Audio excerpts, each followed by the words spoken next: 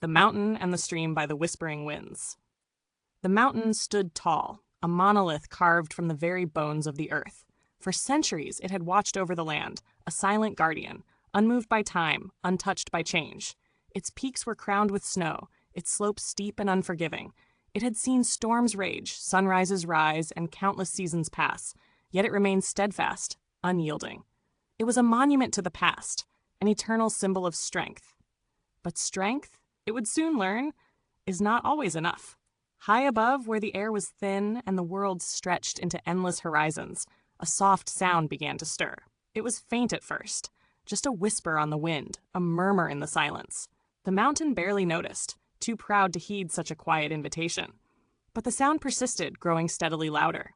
A stream, gentle yet insistent, had begun its journey, winding its way down the mountain's rugged face. At first, the mountain laughed at the stream's audacity.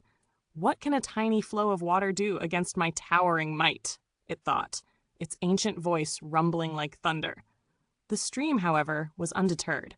It trickled and tumbled, winding through the cracks and crevices of the mountain's rocky surface, finding paths where none had been before. It sang a soft lullaby as it danced over moss and stone, carving its way into the heart of the mountain Asha, unnoticed by the mountain's towering ego. Days turned into weeks. The mountain's edges began to soften, subtly at first, just a slight erosion where the stream had kissed the stone. But the stream did not rest. It pressed on, flowing tirelessly, carving deeper into the mountain's core. Its rhythm was hypnotic, its persistence unyielding. The mountain, still proud, refused to acknowledge the change. But it could feel it now, feel the subtle shift, the faint trembling beneath its feet. The stream was growing bolder. It trickled, then surged, cutting paths into the stone like the brush of an artist on canvas. Where once the mountain had stood tall and unyielding, it now found itself reshaped by the persistent touch of the stream. The mountain's voice, once proud, began to tremble. "What is this?" it rumbled. "Why do I feel myself changing?" The stream, flowing endlessly, had no need to answer. It simply continued, winding around boulders, smoothing sharp edges, and deepening its course. It was a quiet revolution, one that did not seek to destroy but to transform.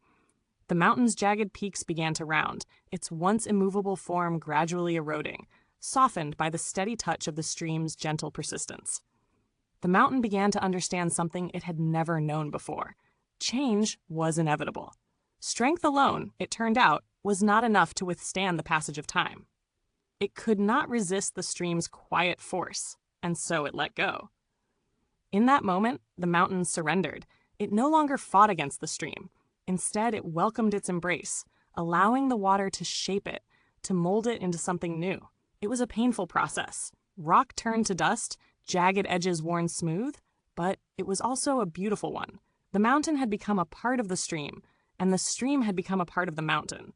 Together, they had created something that neither could have achieved alone. And so, the mountain was no longer the towering, unyielding force it once was. It had been reshaped, its edges softened, its heart opened. The stream, too, had been changed. It had grown deeper, more powerful, as it flowed through the mountain's once stubborn form. Together, they were no longer two separate forces. They were a single, harmonious whole. As the sun set behind the now gently sloping mountain, a quiet peace settled over the land. The mountain had learned that true strength was not in resistance, but in transformation. And the stream, with its patient, persistent flow, had taught it that the quietest forces could reshape even the mightiest of structures. If you enjoyed this story, be sure to like, share, and subscribe to help the channel grow. Thank you for listening.